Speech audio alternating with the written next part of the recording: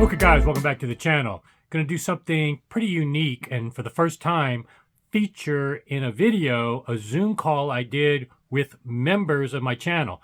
For those of you who aren't aware, I have a basic YouTube channel where you can subscribe like every other channel, but they also have a feature now where you can join the channel and support the channel financially and become a member, which gives you other perks. And in my case, there's about 60 other videos that are private just for members only. Sometimes it's a lot of just fun stuff, cool stuff.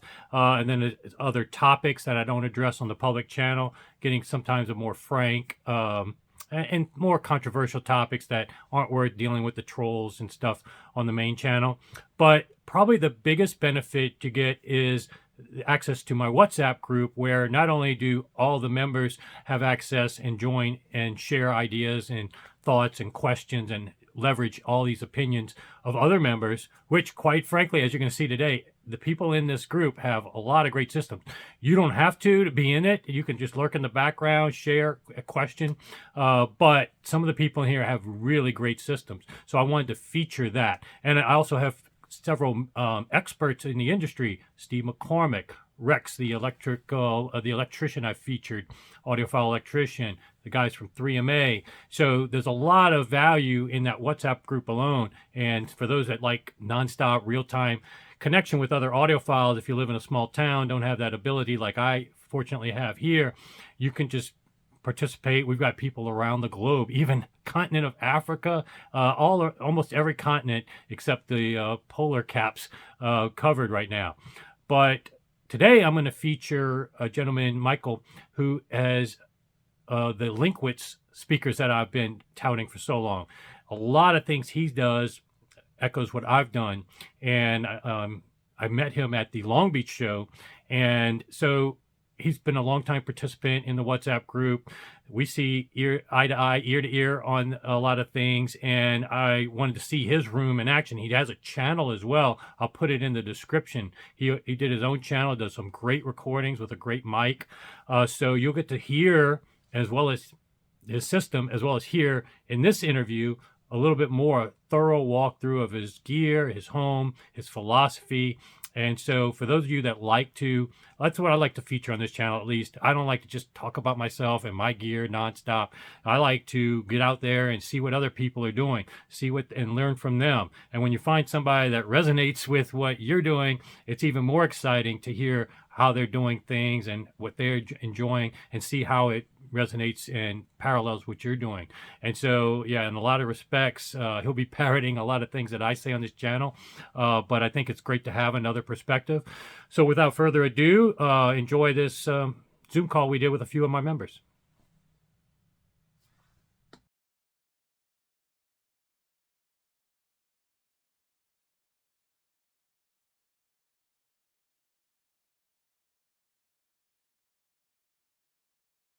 I didn't know if you wanted me to just dive in and give my quick background of how I got into being an audiophile, and, Yeah, and why kind don't of you then do I that? can do the system walkthrough. So I live in Los Angeles. I'll go through kind of the house. The house I'm in, I've been in for 20 years. It was built almost 100 years ago. It's built in basically 1928. It's a 2,000 square foot house, which isn't big, but in LA, it's very expensive to get big houses in town. We're kind of in the middle of town, in a nice part of town. So you either get a smaller house, or you move out farther away from everything and you drive more and you get a bigger house. So we moved in 20 years ago, and I would say, Jason asked me what the philosophy is. My philosophy is kind of like making things work with my family. So I've got a lot of shared space, and we've got to kind of put everything we all want to do in this common room together. And, like I said, I got into being an audiophile probably in the late 80s. I basically finished high school in 86. I made a lot of money that year, and I bought my first like real system. I was working with a guy who is an audiophile, and he like Kef stuff. So I bought like whatever was cool at the time, which I think I could afford C40s, which were kind of these like, Kef stand-up speakers. And I went to a thrift store and I bought a Sansui integrated. And that's kind of what I used for years through college, through all that kind of stuff. But I kind of got hooked in it. And in college, I was a DJ on a radio station. So I got into vinyl and collecting music back then. And I've been able to keep my vinyl pretty much since like 1986, with most of it kind of there. And then I collected CDs after that. And then I got into digital music. So right now I listen to primarily kind of rune-based stuff. And, I'm one of the people that, dedicated an iPad to my rune, and I can go through a little bit of how I set everything up. And I have my vinyl collection, and I took all of my CDs and I have a NAS. So I have I'm a computer guy, so I can do all the networking and everything myself. And I built out a NAS and I put all my music. Over years, I scanned thousands of CDs in there. So I had something like 2,000 CDs that I owned. I don't use media anymore. I just use those digitized files, and I subscribe to both Tidal and Qobuz because I started with Tidal, and I'd not been a huge fan of MQA, kind of was okay with it. And I ended up saying, okay, let's try Qobuz, and I liked it a lot better. So now I'm just on both. I mainly listen through Qobuz, so if I drop Tidal, it wouldn't be a big deal. But it's not a big dent in my wallet, so I just keep them both at the time. So let me circle around and describe the room and what I've got for equipment. So this room, I'll step all the way over here so you can see the full extent of it. This is our main living room. It's about 24 feet long, and it's about 16 feet wide. And it's got this sloped ceiling, and it's made out of wood. And the floors are, suspended oak construction. So, it's not great for footfall, but it's also got a lot of room, and it's dirt below that. So even if you footfall, it's kind of being damped by the fact that there's no concrete below that space. And as you can see, I've got home theater stuff too. So one of the things I did was combined my home theater and my audio for many years. And I've gone through this thing a few times where I've decided like, hey, I'll just have it all on one system. And I've never really been happy with that. And so I split it back out to being audio on one system and home theater on another. And I do share the fronts. So my fronts are actually the Linkwitzes. And so maybe what I could do is show you, these Linkwitzes were built. They're not the pro ones. So I will show you that they are not perfect. The paint job is kind of like, Jason and I have talked about when he did his NX streams. You build it with what you can. Since it was going in my main room, I really tried to get the paint to be a little better because I didn't want it to just look completely like a hobby project. So it took me a couple weeks, and it's still not perfect, but I'm very happy with the veneer work I did on the stands. So, the Linkwitzes are basically a top unit. So you could see it's not held down. It's got a stand, and you can see I tape things so that I can return them back to, if somebody bumps them, I could return them. And I have the same thing on the floor. You can see I've got taped marks where my speakers go. These are heavy. The bottoms with these heavy woofers, each woofer is probably about 30 or 40 pounds, and then the wood's another bit. So I think the bottom piece is about 100 pounds. Then you've got a bridge, and you can see there's a gap all the way around it.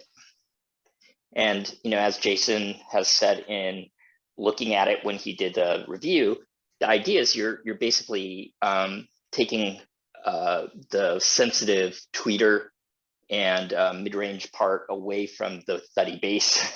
So you're not vibrating the top half from the bottom half. Right. They're both on the floor. They could be decoupled a little better. What I did to decouple the bottom is I used some foam. You can see down there, and that adds a little bit more decoupling. And I noticed that it deadens the top half. So, if you look at the back, you can see it's a dipole. So the back half is completely open. The back half of the baffle on the bottom is completely open. And, you know, the connecting wire is basically this large custom cable that I made with Nutric connectors. So it's relatively easy to, you know, disconnect and reconnect each half. And then the same on the bottom. And then these are basically like Pro Audio Canair or Megami. I forgot which one I used, but I used kind of like Canair, you know, 4S copper cable that's very common in Pro Audio. And that's how I built these. And, you know, they go in. And so this cabinet was kind of my, my compromise with my better half, who's sitting in the other room, probably listening to me thinking I'm a nut. But she's been married to me for almost 25 years, so she knows I'm a nut. This cabinet was to hide everything. So if I open up all this stuff, you're going to see kind of like, you know, the main thing is this was custom built. It's very heavy construction. These are like solid wood. These are like 2-inch or 3/4 inch in sections. This whole thing weighs like 400 pounds. It's nuts. So it's very dead. It's not as good as like a custom rack, but you can see kind of like how I've managed to cram everything in here. So this is kind of like the full setup.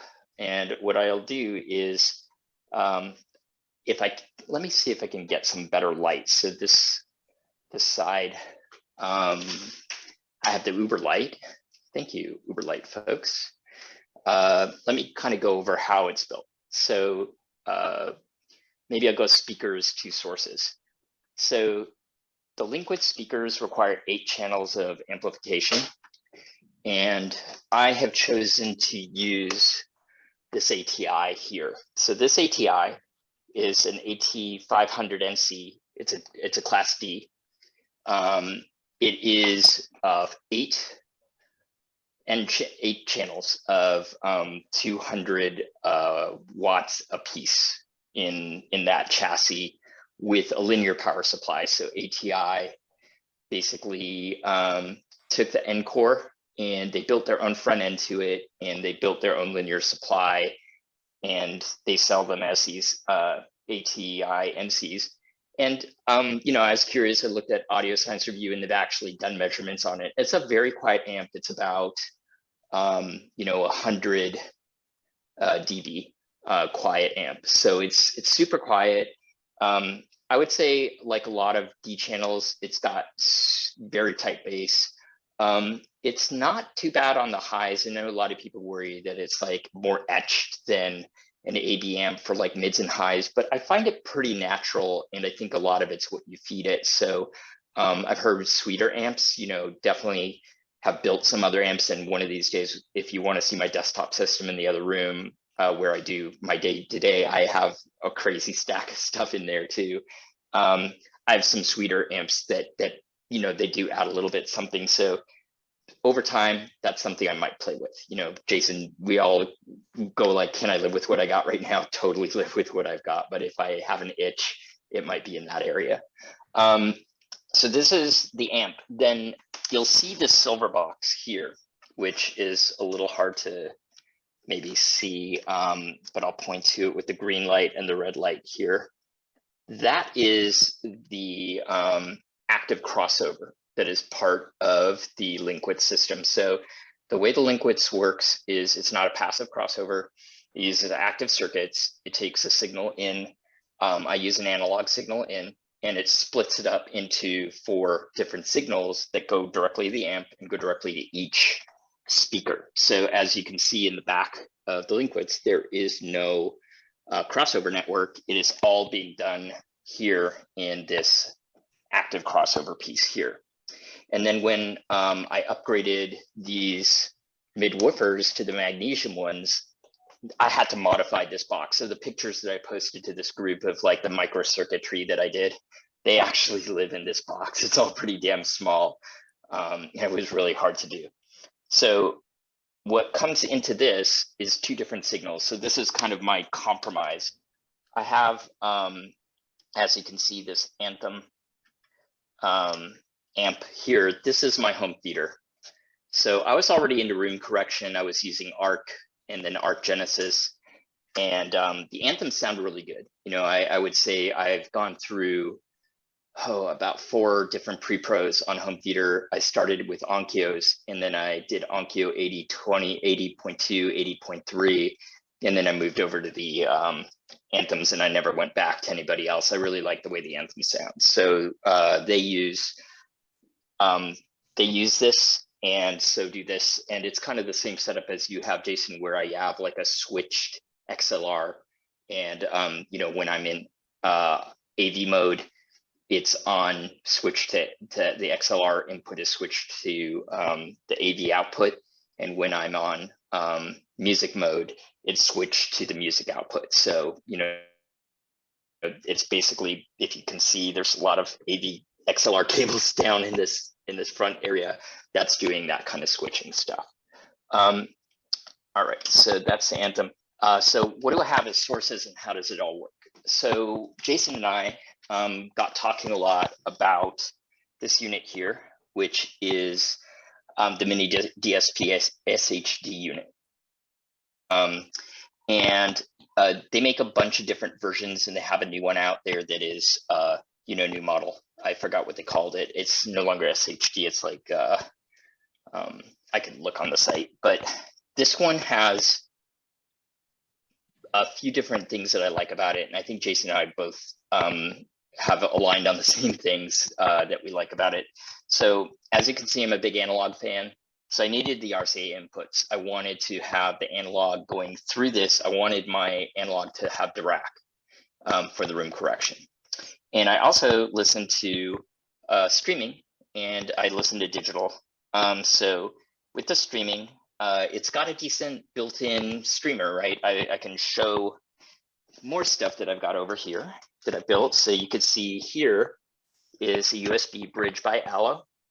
So this was my previous streamer, and it's got a big linear power supply here, the Shanti, and it's a good streamer. I've read a lot about, you know, what people have put on there online, and there's a couple of streamers people like more, and you could spend a lot more money, but it was a decent streamer. And then I plugged it in and compared it with the built-in one from USB, and I couldn't really hear any difference. The main difference I hear is with source, right? If I have it as a local file, it tends to be better. If I have it on Qobuz, that's kind of next best, and then Tidal's next best after that. And that for me, like where I was setting my preference levels, I just never think it will make sense for me to buy another streamer if this thing was working at this level, right? So that's what I've got. And then, you know, this is resting on, this is where Jason and I also have a lot in common. We've been tweaking for a long time. I've got, you know, elastic Duramer feet, trying to keep a little bit of the vibration out of here. You could see below that, I still have slim devices. So I've been streaming with Logitech and slim devices for about 10 years. I have these all over the place. And what I like about Roon, and we could talk a little bit about Roon, is Roon actually integrates all that in. So I could still use my Logitech devices that are all over my house with Roon and pipe Roon through it. So that was a huge plus as well. What else do I have here? So let's move to the analog sources. So you can see this big silver box. This is my Heron audio box. And this is my, it's a tube phono pre. It's made by a guy in Missouri who's been doing it for a long time. It's kind of a boutique brand. It's really nice. It does low MCs, about 66 dB of amplification, and it also does MMs. And the other part down here that you could see is I've got some power conditioning. So you can see I've got a power plant Premier, and I mainly have my analog sources in there and my digital, you know, like the Mini SHD is plugged into it as well. I don't have my amps plugged into it. You see this monster amp here. This is an ATI Class AB amp. This is for the home theater setup. So this is my surround speakers. So it's a five channels of amplification. It's a monster. It's a 2505 if you know the model number. So it's another 200 watt per channel class AB with a toroid in there that's just, you know, probably 80 pounds of copper. Over here on top is a special power supply for the turntable. So I'm gonna flip that on. And what the power supply does is the Thorns turntable, which I have, which is the sexy thing to look at here, it uses a AC motor, an AC synchronous motor. And if you feed it a good signal, it stays very precisely in time, and it is super smooth. And you can hear that even though this is a very old turntable, I've put a ton of work into it. I'm a very hands-on guy, and I have restored it. My dad bought this in 1961, so this is like my kind of my inherited toy that I've got, and I've got two arms on it. So this arm over here, the shiny one, the carbon fiber one, it's a 9-inch arm. It's made by a company called Audio Mods, and it is running an Ortophon cadenza bronze that you can see there. And then in back, I've got a 12-inch Gelco arm that I'm running a MM cartridge on. And basically, people say, why do you have two arms and stuff? It's basically so you can have two cartridges in your system and listen to whichever one you think is best for that kind of music. So the Ortophon is kind of like a great all-rounder. It's a little warm. The ADC that I have on here is really flat, and it's really like good for music where all you want is exactly what's on there. You don't want it warmed up. And you can see I have all sorts of goodies. So, you know, if you're an analog guy, you're going to have a precise bubble level. You're going to have your little cleaner for your tips. You're going to have your carbon record brush. You're going to have your 45 spacer, because yes, I still have 45s. And what else we got? Oh yeah, and then I was going to just say, here's like some of the tweaky things that, like, you know, again, Jason's got all this stuff over the years where he's figured stuff out, and he puts content on there. And so one of the things about analog, and I think he's featured a lot of stuff from our friends at Wally, is that there's so much setup know-how. And so I find, you know, some things that I've bought over the years, like, you know, fogzometer. I don't know if you guys know what a fogzometer is, but it's an azimuth tool to tell whether or not your azimuth is set right. And, you know, it's something you use very rarely, but I decided to buy it instead of just continuing to borrow or try to find it or do all the things about setting up azimuth by ear, which is very hard to do. So that's one of those tweaky little things that I thought was worth sharing. Some other things that I found really useful too.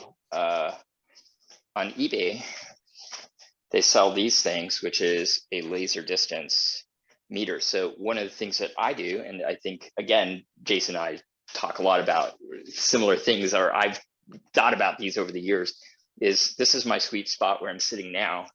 What I can do is, you know, just do a quick check to make sure I'm equidistant on my setup by nailing my speakers and going, oh yeah, they're within an inch, right? So you could tweak a little bit and get exactly, you know, even sit your thing. I've done the whole, like, put it on your forehead and point at it this way and that way to make sure you're exactly in the middle. But this is a cool, you know, they're like 40, 50 bucks these days, and they're really nice. You could get a Home Depot one too. I mean, they're used in construction. So there's no audiophile special one.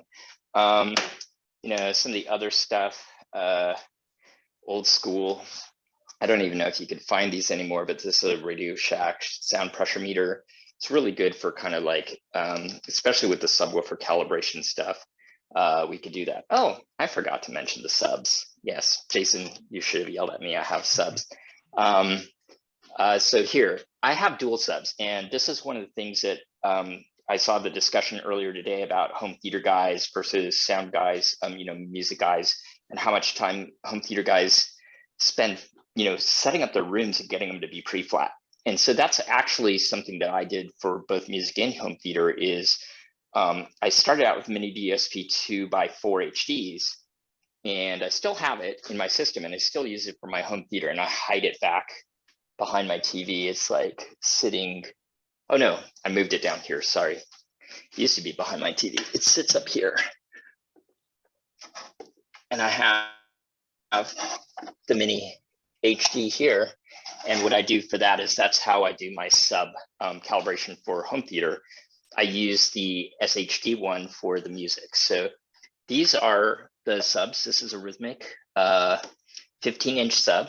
Rhythmic is the same company that makes the plate amps that GR Research loves. That that it's got servos. And then my other sub is hidden.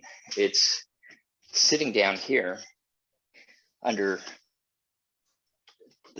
behind this end table, and it's facing over here. And what you do when you have multiple subs, and the reason you use multiple subs in your room, is that subs and we could go, Jason spent so much time on his channel talking about this, but there's nodes in your room, and sub placement's really hard to do with one sub. If you have a single sub, you can optimize pretty much for sweet spot, right? You could sit down in your sweet spot and you could probably get decent bass in your room, especially if you do the sub crawl and you position your sub so that it's in a peak and not a null. And so you could always cut, with DSP and say, okay, I got flatness here. But if you sit over here, you may be in a node. And so because this room is used a lot for home theater, and also, I'm not always sitting in the sweet spot when I listen to music. Sometimes I'm, typing on my computer in my cropped pile, or I'm sitting over here or there. I just want the bass to be more even in the room. And so having another sub that is placed in a different kind of area, it's not on a node of the original sub, gives you a lot smoother bass response in your room. And there's a product out there called Swarm, which you can actually buy 4 small subs, and it is the same theory. It's all about like you place them all over your room and you get rid of a lot of the room interaction. So when people talk a little bit about, sub stacking versus sub kind of like, placement around the room, I've always been a fan of the placement around the room to kind of eliminate the nodes. I think the stacking, it's got a different set of pluses and a different set of minuses, but I think it makes the placement in like where it sits in your room so much more important that like, you have to be absolutely right on. And you also probably want to be listening from the same spot all the time. So yeah, I think that's kind of like a quick overview of what I've got. And then, some other things I've done during the years is like, I pointed out that I do record it. And what I do is I just sit it where I would sit here, and I put it on stuff, and I aim it right in the middle, and I set the calibration, and that's how I try to get good recordings out of it. I bought this iPad is only for Roon, really. And you've got the Turntable Light was one of the companies that I don't have a turntable, and we probably should give them a shout out. I know you've done a review on your channel for them. Yeah, so it's pretty bright. It's actually a really cool light. So one of the things, I'll show it off. So it's let me give them the proper stuff. So it's Uberlight Flex 3200 TL. So things to see is it just mounts with a clamp. They've got different mounting things. So I chose the clamp because it was a good mounting for me. They've got different brightnesses. You could cycle. It goes even brighter. Like this is the brightest. Wow. And then it also has a light color. So one of the things you can really see on the turntable is where there is dust. It really brings out the dust. And then you could cycle color of light. So that's a bluer color, and that's a greener color, and that's a redder color, and that's a flatter white. So depending on your room and whether you have ambient lights that are, more yellowish or white or pure, I use My lighting is pretty dim in this room. It is just LED lighting that I've replaced in the sconces, but it's the room is yellow by nature because of the walls, and the white helps me pick up the dust and everything. So yeah, he was saying that the big plus for people with records is that you put the record on and you could see all the dust really easily. So when you're brushing, or if you need to clean it, it'll tell you right away, like, yeah, that's a dirty record. Yeah, so record storage. Record storage is a really interesting problem. So, this is kind of another thing. This is like a bunch of my record collection. And then I have kind of my newer stuff over, here, the stuff that I just bought or that I'm listening to in heavier rotation, and it's down there. And so shelving is going to be another ongoing dilemma, but the room is big. So if you notice how far away from the walls I've got the speakers, over the years, I think the most important thing I've learned about audio is speaker placement is probably the number one thing you could do to improve your system sound. Is just taking more time setting up your speakers and moving them around, and actually not being afraid to push them out into the room. So you could see how far out into the room these are. And dipoles like to be about half, 1/3 in. I think it's like 1/3 in for dipole, 1/3 seating, and 1/3 behind you. So you can see I also have a lot of room behind me. So it means that you're kind of in that sweet spot. It's kind of near field-ish. When I'm sitting here, I'm about 7.5 feet away from each speaker. Oh, really? 7.5? Yeah. Yeah, that's pretty near field. Yeah. Yeah. So I've thought about pushing the sofa back a little bit, but I've got, a piano there because one of my kids plays piano, and I can't block it out. If I push the sofa back, there's no way to get to the piano bench. But yeah, if I could make a few changes in the room, I think the main one would be moving the seating position back like 2 to 3 feet. Yeah, gotcha. That would be it. But it sounds great. I mean, even without having to do extensive room treatments, your channel has great recordings. Obviously, the equipment is great, but you've been able to also, with the Dirac and all the other setup with subwoofers and tweaking, get outstanding performance, and showing that you can do a common area room and get both high-end 2-channel and surround. Yeah, I mean, I think that's kind of my theme, is like I've had a lot of compromises, and I'm also not afraid to DIY a fair bit, right? Like I know that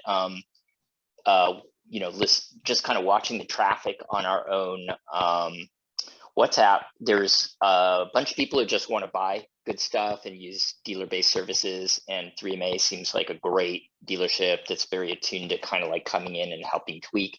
And then there's also people who are like, hey, I don't have 20-30K to drop on equipment. How do I get good sound? So I've always balanced, I've bought some things, but I think I'm pretty frugal at heart, right? Like, and I look at the way you've done stuff too, Jason. You have bought things that you really feel passionate about, like the Rels, and now your Blue, your headphone setup and everything like that. But then you've also built your NX Audicas because you're like, hey, I can't really get into the same league without dropping 25-30K on a speaker to kind of get me into that ballpark. But I could buy the NX Audicas and build them for like 3,500. And so I'm kind of in the same spot with those Linkwitzes. I've seen the real ones, the ones that you've seen, and the build quality is fantastic, right? Like the Panzerholz and the quality wood. And if I ever get the budget approved, I have kids in college, so there's like, right now I'm being very frugal with what I'm spending on hobbies. But if I ever get the budget, part of me is thinking I would just buy the cabinets and just use the nicer, build quality of the cabinets, but still stick with the same speaker. I really do like the sound. I went through Linkwitz's earlier speakers, the Orions, before I got to the LXs, and the Orions are pretty good too. They just have, I think they have a few things that people didn't like about them. One of them was they used these Millenniums, which are fantastic drivers, but the way that he built the the cutover points into his crossover network, a lot of people didn't like the way the mid-range ended up sounding tonally. And even though these speakers, the driver are cheaper than Millenniums, like the bass drivers are lower quality than the Millenniums, and then these then they actually spent a lot of money on the Magnesium C's mid-range. So I think they made a really good set of choices, saying that that mid-range cone covers like the vocal region. So that's the one that you want to have, being the great cone, the one that's super low distortion. And then the other ones cover such narrow ranges, and they do them pretty well, that they're much harder to hear differences. So people have put beryllium tweeters in there, and they cost like $800 a tweeter, and there's 4 of them, right? So you could be dropping about $3,200 on tweeters, and you can't hear the difference because there's so little of the ranges going to that tweeter, that it's not like a 2-way or even a 3-way, where the tweeter is so important in the sound composition. So, you know, yeah, I think overall I would say I've done bang for the buck. I've probably splurged the most on that turntable setup with the external power supply and the Heron phono pre and the 2 arms. And the Cadenza Bronze is not a cheap cartridge, but again, it's kind of like in that mid-level where it's a lot of good sound for the money. And that ADC is a retro cartridge. It's from the 80s. It's a TRX2 if people follow that stuff, and it's super rare, but it's not super expensive. It's about $400 or something like that, $500. And they can still be retipped and serviced. And that one's just a magically flat, like if you look at it, it's a ruler all the way across. So it's a really good one for just kind of seeing what's on the record. But I find I listen to Cadenza Bronze a little bit more. It's got more beauty, right? It's maybe not as pure to the signal, but it sure as heck sounds nice. Yeah, and then a lot of the rest of it's like, when do I have my free time to listen? So I'm more of a weekend listener. I can't play loud at night because people are in the house, so I don't have Jason's like midnight in my separate detached Right. dwelling where I can do that.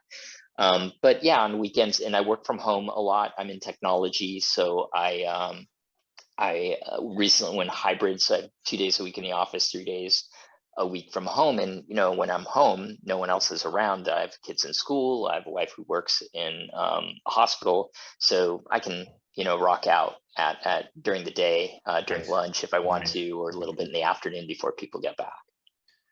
Yeah, and that's part of the fun too. So yeah, I'm glad to hear that you're able to do that. And yeah, being in LA, having that great space, obviously there are trade-offs living in LA, especially probably where you live, but you have a pretty good sized room. Yeah. And a lot of people don't have that pleasure, in that area. Yeah, and it's kind of an interesting set of compromises. So this is our living room. We have 1 TV in the whole house, so that's it. It's a really nice TV. It's an LG OLED screen, so it's one of the C9 era ones, a few years old. But like Jason and I was also kind of tracking Cydia and all the online things, and it's like, okay, I'm definitely doing OLED. Is it going to be Samsung or LG? And I got into the LG series, but super happy with that screen. And my kids are like, yeah, when we watch movies here, it's way better than anything other than the big theaters. We're blessed in LA to have just crazy movie theaters. If anyone ever visits, I would suggest go to a movie in LA because all the theaters are pretty damn well equipped. That's awesome. But short of that, this is a great place to watch movies. And then one of the other things that I was going to mention is the Mini SHD has different settings. So what I've done is I've got one that's pretty much flat, and it uses kind of a tool based, like a little bass boost, pretty flat through the middle, and then it kind of curves off a little bit on the high end, dropping maybe 3 dB at 20 kilohertz, and that's my standard setting for one. And then for my second setting, I've got a little bit of a bass boost for listening to whatever, like either rap or hip hop stuff. Yes, exactly, Cardi B.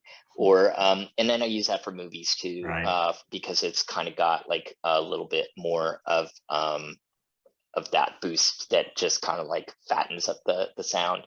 So that's kind of like, I really like the flexibility. I haven't done what you've done in that, what I've done is kind of like I built everything based on that, and I haven't set a lot of parametric EQs afterwards. But I'll go back and probably do one that's like flat all the way through, and then do my settings via parametric EQ. It's just a lot easier than, because I was having to go back and do direct. Oh yeah, that whole cycle of taking the measurements, it's like, you get good at it, right? But like, it's no fun. You got to wait for the house to be quiet. You got to wait for like, I do those. My family already goes, "Are you going to be doing that stuff this weekend?" I'm like, "Yeah, you can get out or you can be quiet," and that's like, that chases them out of the room.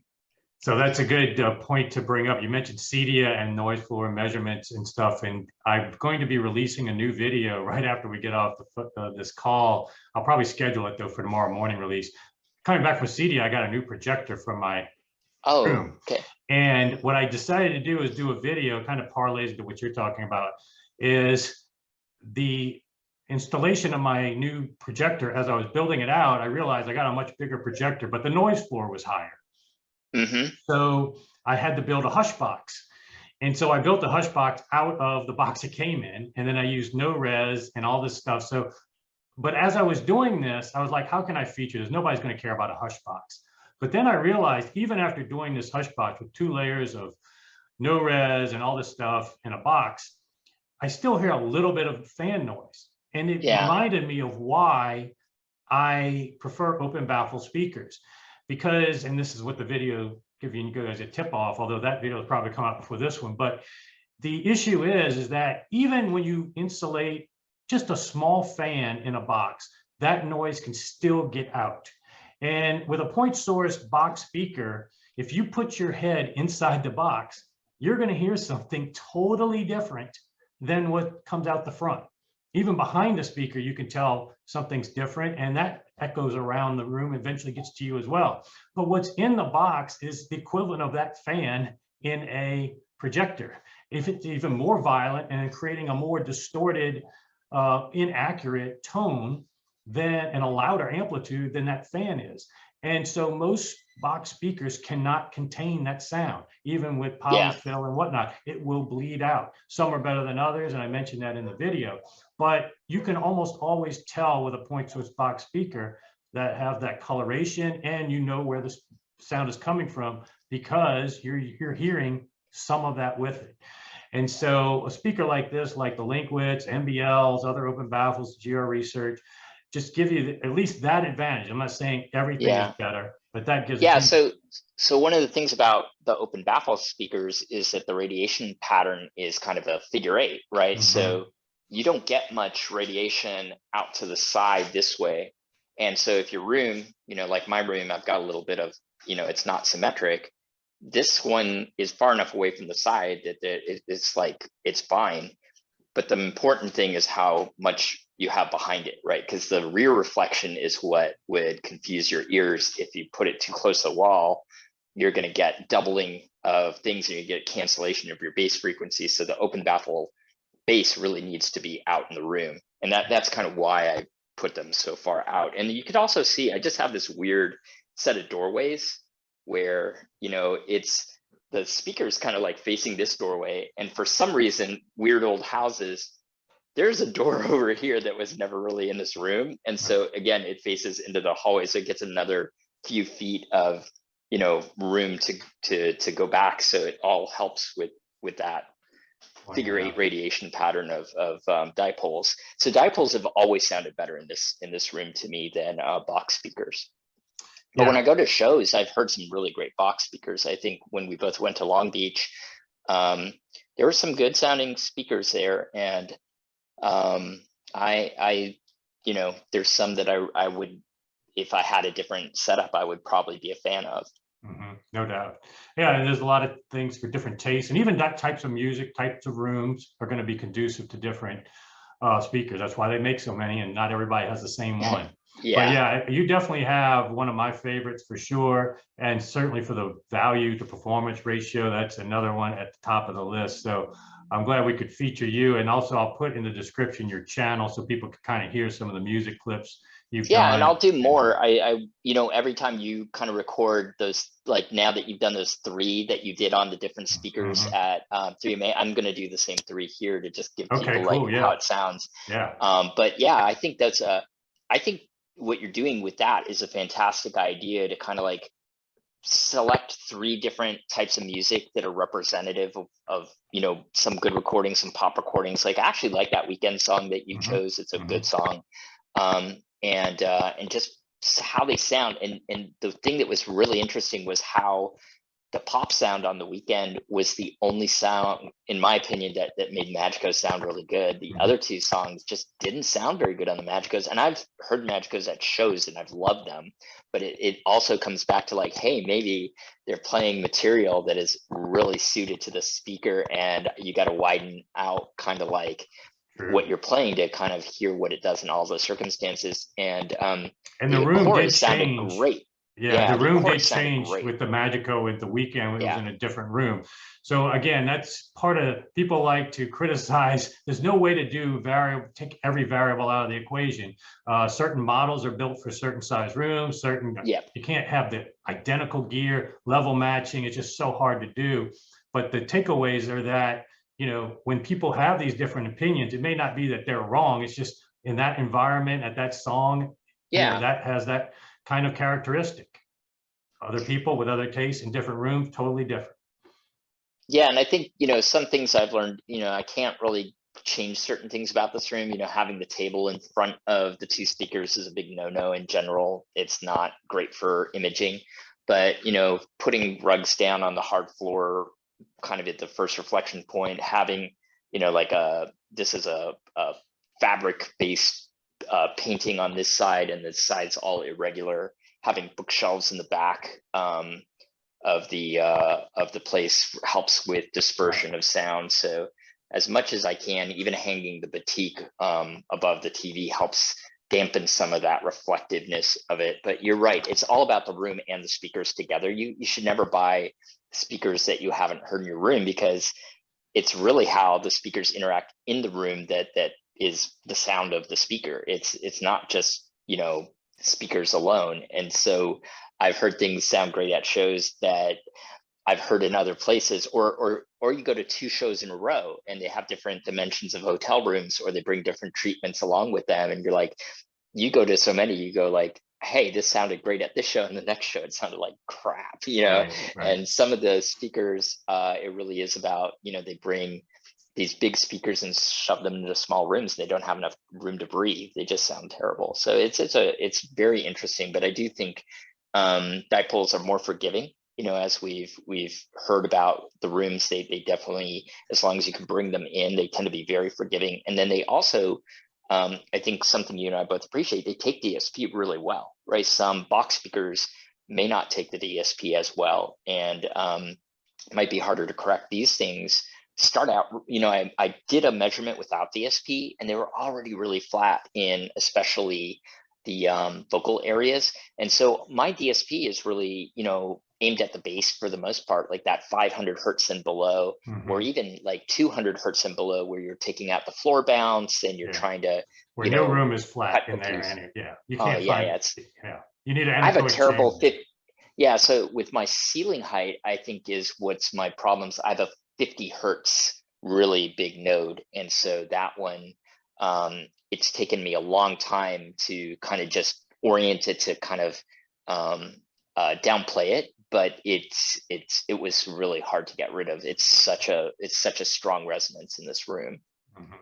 And the other thing that you brought up, I wanted to just point out, because a lot of armchair experts like to say, oh, I don't see any room treatments, but again, the couch itself that you're sitting on is a room treatment. I have 2 couches, and I have one on this wall. There's a lot of stuff. And the bookshelf alone, nothing is better room treatment than a full bookshelf. I mean, it's an absorber, diffuser, everything. So again, you know, and even on this wall, there's like a, you know, pillow, and there's baskets, and there's all this stuff, you know, it's got there's things filling the room. So, you know, if I slap, there's a little bit of slap echo, but it's not too bad. right.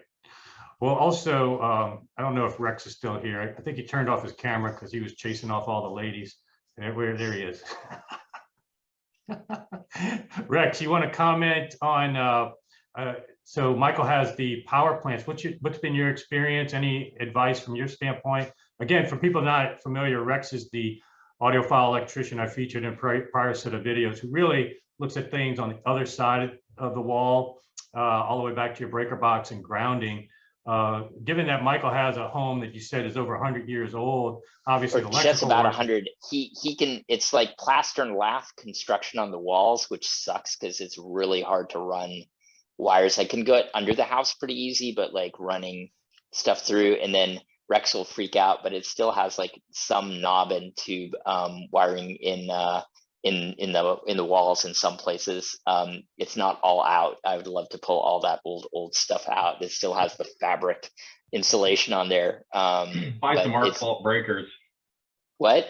Buy some arc fault circuit breakers. Yeah, I did. They'll protect you from an incident. I basically got my outside panel updated to fresh code in like a couple of years ago. So we added some capacity, and we also put in fresh, you know, new gen breakers. But I'll look and see if they're arc proof breakers. Yeah. Any experience with the power plants in your ventures? Yeah. You know, I heard one over at Fremer's place when he had it. I don't know. I've heard, you know, Strom Tanks. I've heard Denali's and Audio Quests and Isotechs and Furmans. I mean, I've heard a bunch of different, you know, regenerators or filters. I've kind of like, in some situations with the right equipment, they really help, and others they might hinder. So it's you know. Yeah. You're a big advocate of the isolation transformers, though, right? To me, yeah, you've used those. Yeah, I started carrying Taurus. I mean, some of the people with, it's the only product that I carry that's not like a panel that I'm modifying or having manufactured, or the wire that I'm doing. Just some of the biggest, best stereos out there were using a large isolation transformer, so I wanted to try it. So I picked it up and I was very happy with it. So one of my panels marries very well to it, where you can get like a 10 or 12 kVA, you know, 100 or 120 amp isolation transformer, and I have a panel that is single phase. It's just 120 volts on the backside. It's UL listed and labeled. So then you can take that large transformer and you can distribute through your house or through your audio system, and it is all, the entire thing is 100% UL listed and labeled. So it's kind of a bit of peace of mind also. There are other isolation transformers out there that are coming out 60 volts and 60 volts on the output, and I just don't know what would happen if you're in a house and there is an issue. So I just, you know, I didn't want to mess with those. I just went a route that I went, and I like it. I use it. You know, I don't push it. You know, I've run into a lot of people with other conditioners that they really like, and I'd say that all their conditioners work better if you improve the power feeding them. The only one that I have seen that maybe doesn't have that limitation is a Strom Tank.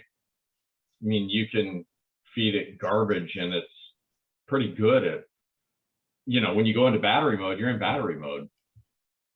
So as long as you detach it from the wall. You know, I have not seen it detached from the wall, but you could unplug it from the wall and then you would truly be isolated. And yeah, you would. Why would the source matter? Why would the wall matter? Yeah, that's the optimal use of the Strom Tank, is when you take it from the wall, so that there's no connection at all to the. But yeah, batteries do have their own issues though, and you know, you can't plug amps into them. They deteriorate in terms of their level of performance over time. So yeah, For each person, you're going to have a different solution, and also depends on your home, what environment, condos versus, you know, do you have even control of your breakers?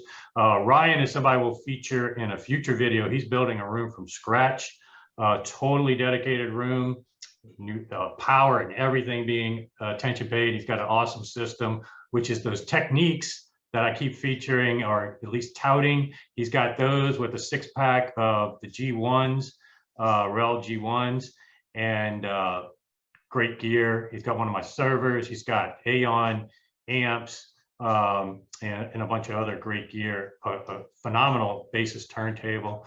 So you're going to want to stay tuned for that. We actually got people from around the globe in that group now, including the continent of Africa. I don't know if you're going to be able to help electrical wise in other continents, Rex, but might want to start brushing up on that. Yeah, you know, electrical, the way electricity function doesn't change around the globe. You know, it is I don't know what to call it, phenomenon. I'm not looking for the right word, but you know, electricity and electron theory and flow and all that, it's consistent as far as we know. Well, physics part, yeah. The physics of it doesn't they got change. different, you know, balance power and whatnot. But yeah, 50 hertz versus 60 and 220 versus 110 and a couple other random things, but yeah, different agencies that list things too, right? Mm-hmm.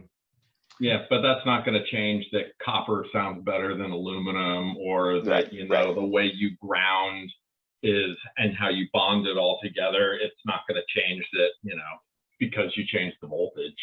Right. Yeah. Well, yeah, I think this has been very helpful, again, for us to get more familiar with Michael, as well as now I can put this video to the public, share a little bit more about his channel, his room, his experience with Linkwitz, because a lot of people come to me and my channel for Linkwitz, pops up in search results. So the more I can help people get a firsthand impression of somebody actually owns them. I don't own them. So now we have somebody actually owns them. Thank you, Rex, for chiming in. Ryan's going to be on the docket. We've got, you know, 20 plus people in that WhatsApp group. So I'll be featuring all of them at some point. So hopefully everybody enjoyed watching at home. And thank you guys for attending. Yep. Thanks, Michael. And thanks, Jason. Thank you. Thanks, Michael. It was interesting and informative to see your system. So I appreciate your time too.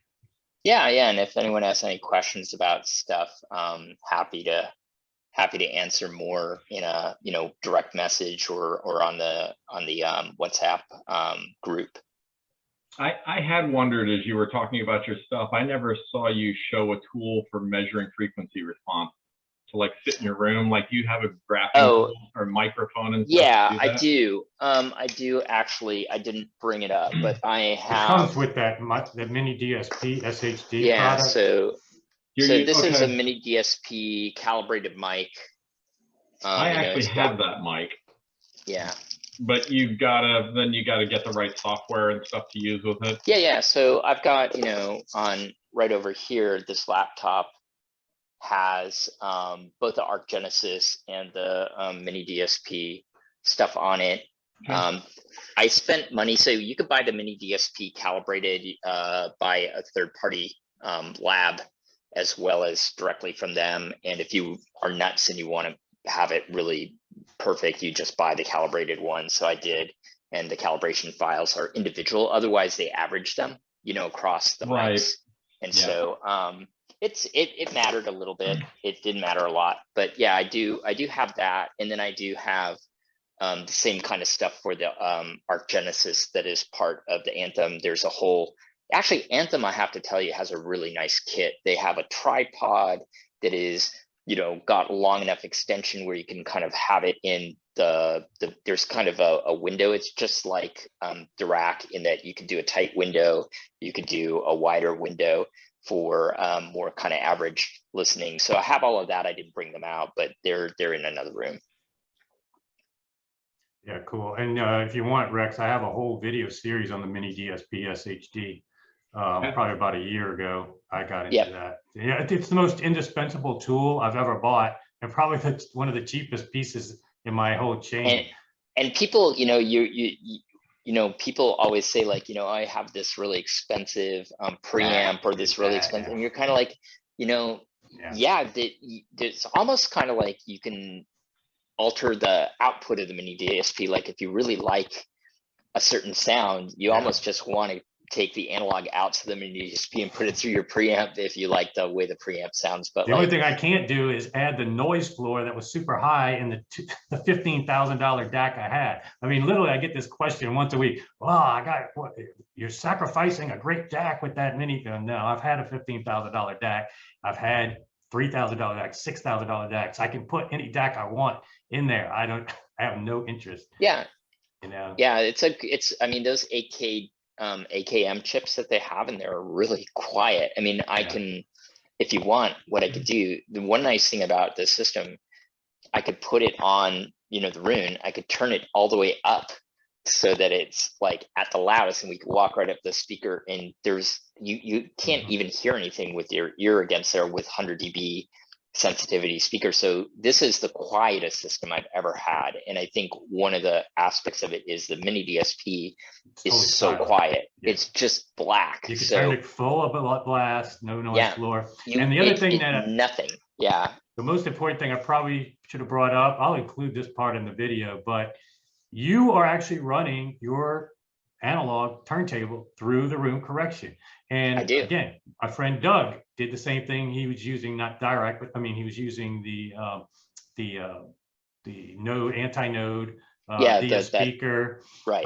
And again, it's easy to turn on and off, so people can A/B it, and they are choosing to go through that extra stage because the benefits offset the cost. I've done it for a while, and I was kind of like a purist at going like, oh, you can't touch that signal, you can't touch it, you can't hear it. Like I can tell you, it's in the box.